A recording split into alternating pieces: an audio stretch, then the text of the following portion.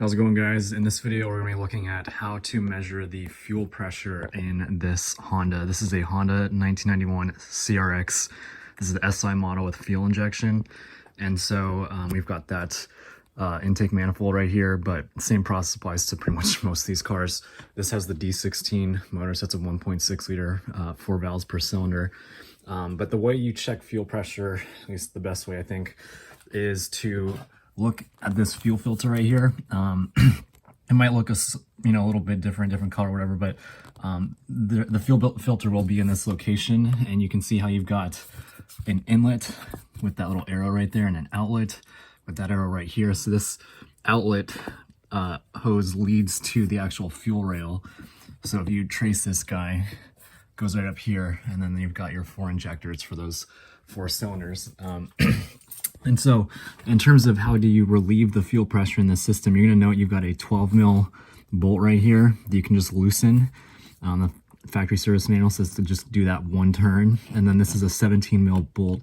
That's this outer bolt right here. So if you hold that 17 mil still and then loosen this 12 mil bolt, that's how you can relieve pressure. Before you do that, you will want to disconnect the battery, open up the fuel filler cap on that side of the car, and then also just be really careful because you do not want to set any fires off. And in terms of measuring the actual fuel pressure, I'll show you guys a clip of what it looks like. But basically, you're gonna want to get one of the kits at the auto parts stores. You can rent them. They should be free, unless you want to buy one and spend hundreds of bucks. But basically, for me, the easiest way to tap into the fuel system was to go after this bolt right here. And so this is a 17 mil bolt, so you loosen this, and this bolt will come all the way out.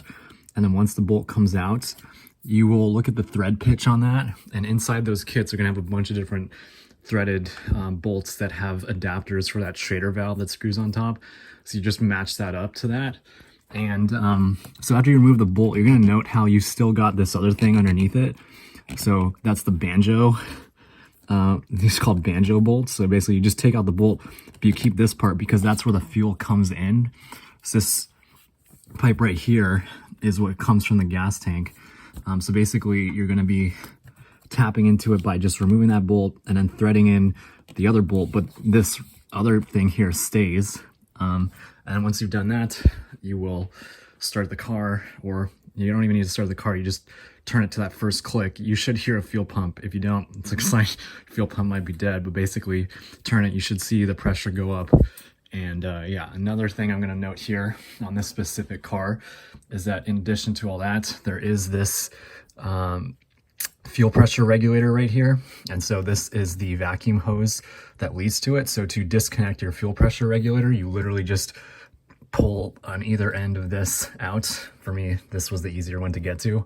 You might need to use some like clamps or something because sometimes these guys get stuck on there. You want to be really careful not to tear that rubber. But yeah, so basically that's how you do it. I'll show you guys what it looks like and what pressure readings I'm getting. I'm getting some weird readings and my car is not acting right, so that's the reason why I'm doing this.